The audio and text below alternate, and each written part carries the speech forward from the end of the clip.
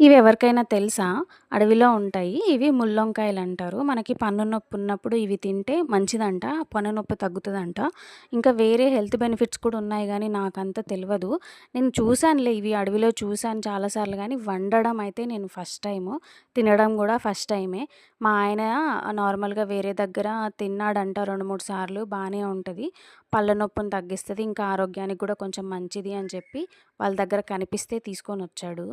కానీ ముల్లులు చాలా ఉంటాయి. జాగ్రత్తగా తీసి కట్ చేసుకోవాలి.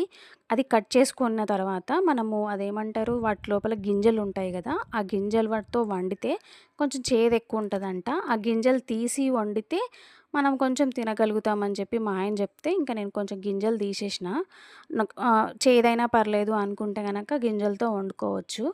నేనైతే గింజలు తీసి వండుతున్నా. ఇంకా కొంచెం టమాటాలేసుకోవచ్చు, చింతపండు రసం గూడా ఏసుకోవచ్చు. నేను చింతపండు రసం ఏసిన. టేస్ట్ అయితే బావుంది. మనకి హెల్త్‌కి కూడా మంచిది గాబట్టి అప్పుడప్పుడు ఎక్కడైనా కనిపిస్తే తినండి. వీటిని ఇంకా వేరే హెల్త్ బెనిఫిట్స్ ఏముంటాయో మీకు గనక తెలిస్తే కామెంట్ చేయండి. ఇంకా ఎవరైనా తిన్న వాళ్ళుంటే కూడా కామెంట్ చేయండి. నేను చేసే ప్రాసెస్ కరెక్టా? కాదా? అని కూడా కామెంట్ చేయండి. వీడియో నచ్చితే లైక్ చేయండి. చాలా రోజుల తర్వాత నేను వీడియో పెట్టినా. నచ్చితే లైక్ చేయండి, సపోర్ట్ చేయండి. Thank you.